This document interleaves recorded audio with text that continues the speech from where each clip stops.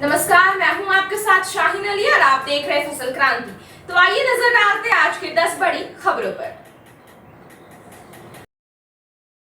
Corona के खिलाफ लड़ाई में भारत की स्वदेशी वैक्सीन कोवैक्सीन को जल्द ही वर्ल्ड हेल्थ ऑर्गेनाइजेशन से भी अप्रूवल मिल सकता है। इसे हैदराबाद स्थित कंपनी भारत बायोटेक ने Indian council of medical research के साथ मिलकर तैयार किया है। इस वैक्सीन को WHO की चीफ साइंटिस्ट ने भी असरदार माना है। WHO की chief scientist doctor Soumya Swaminathan ने कहा कि कोवैक्सीन के ट्रायल का डेटा संतोषजनक लग रहा है। इसके बाद से ही कोवैक्सीन को WHO की मंजूरी मिलने की उम्मीदें बढ़ गई है। फाइजर द्वारा अगस्त में कोविड-19 वैक्सीन की तीसरी खुराक के लिए यूएस ऑथराइजेशन की मांग करने के बाद अमेरिका की FDA व CDC ने कहा है कि पूरी तरह वैक्सीनेट अमेरिकियों को इस समय बूस्टर शॉट की जरूरत नहीं। फाइजर ने इसके पीछे टीकाकरण के 6 महीने बाद दोबारा संक्रमित होने के खतरे व डेल्टा वेरिएंट का हवाला दिया था। प्रधानमंत्री नरेंद्र मोदी गुरुवार को देश में ऑक्सीजन के मसले पर हाई लेवल मीटिंग की। इसमें उन्होंने देश में ऑक्सीजन का प्रोडक्शन बढ़ाने और उसकी सप्लाई का रिव्यू किया। मोदी ने कहा कि देश में 1500 से अधिक PSA ऑक्सीजन प्लांट लगाए जा रहे हैं। इन ऑक्सीजन प्लांट्स के जरिए 4 लाख से अधिक ऑक्सीजन बेड को सपोर्ट मिलेगा। कोविड-19 के चलते ओमान ने भारत समेत 24 देशों से यात्री विमानों के देश में प्रवेश पर अनिश्चित काल के लिए रोक लगा दी है। सल्तनत के आधिकारिक ट्विटर अकाउंट से घोषणा कर बताया गया कि अगले नोटिस तक इन देशों से उड़ानों पर रोक लागू रहेगी। सूची में Pakistan, Bangladesh, Britain, Tunisia, Lebanon, Iraq, Iran आदि देश भी शामिल है। मनाली में पर्यटकों की भीड़ के बीच कुल्लू के SP गुरुदेव शर्मा ने कहा है, मास्क न पहनने वालों को 5000 जुर्माने या 8 दिन की जेल की सजा हो सकती है। बकौल शर्मा, पुलिस ने पिछले 7 से 8 दिनों में 300 से अधिक चालान काट कर 3 लाख वसूले हैं। पहले मनाली में भीड़ की तस्वीरें वायरल हुई थी।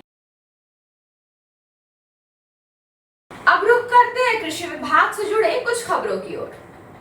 कृषि मंत्री नरेंद्र सिंह तोमर द्वारा किसानों से आंदोलन खत्म करने की अपील के बाद गुरुवार को BKU नेता राकेश टिकैत ने कहा कि किसान पिछले 8 महीने से सरकार के आदेश का पालन करने के लिए आंदोलन नहीं कर रहे हैं। उन्होंने कहा, अगर सरकार बातचीत करना चाहती है तो कर सकती है, लेकिन उन्हें कोई शर्त नहीं लागू करनी चाहिए। खेती को लेकर नए प्रयोग किए जा रहे हैं। राज्य सरकार भी लगातार किसानों को नई तकनीक से खेती करने के लिए प्रेरित कर रही है। सरकार का प्रयास है कि किसानों को नए नए फसल उगाने के लिए प्रेरित किया जाए ताकि उनकी आय बढ़ सके। इसके अलावा उनके उत्पाद की मांग के लिए बड़ा बाजार उपलब्ध हो सके।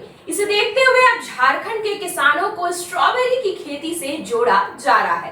राजधानी रांची समेत कई जिलों के किसान इससे जुड़ रहे हैं। इसकी खेती को लेकर किसानों में जागरूकता भी आई है। साथ ही किसान अब नए प्रकार की खेती को लेकर प्रयोग करने के लिए भी तैयार हो रहे हैं।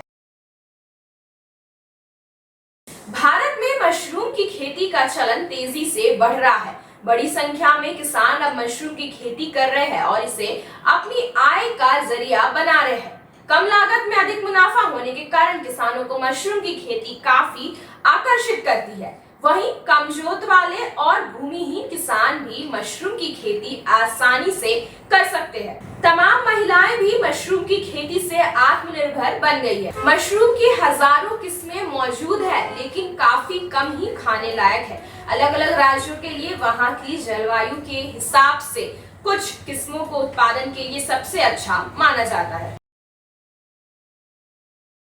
अब नजर डालते हैं खेल जगत और बॉलीवुड से जुड़े कुछ खबरों की ओर।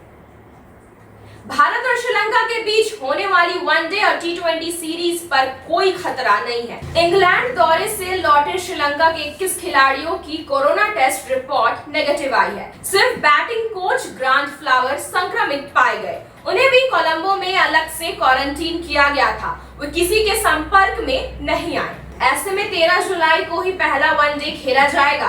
हालांकि श्रीलंकन क्रिकेट बोर्ड ने अपने खिलाड़ियों के प्रति सख्त रवैया अपनाते हुए उन्हें कोई भी मैच प्रैक्टिस नहीं देने का फैसला लिया है। उनकी क्वारंटाइन पीरियड 12 जुलाई को समाप्त हो रही है।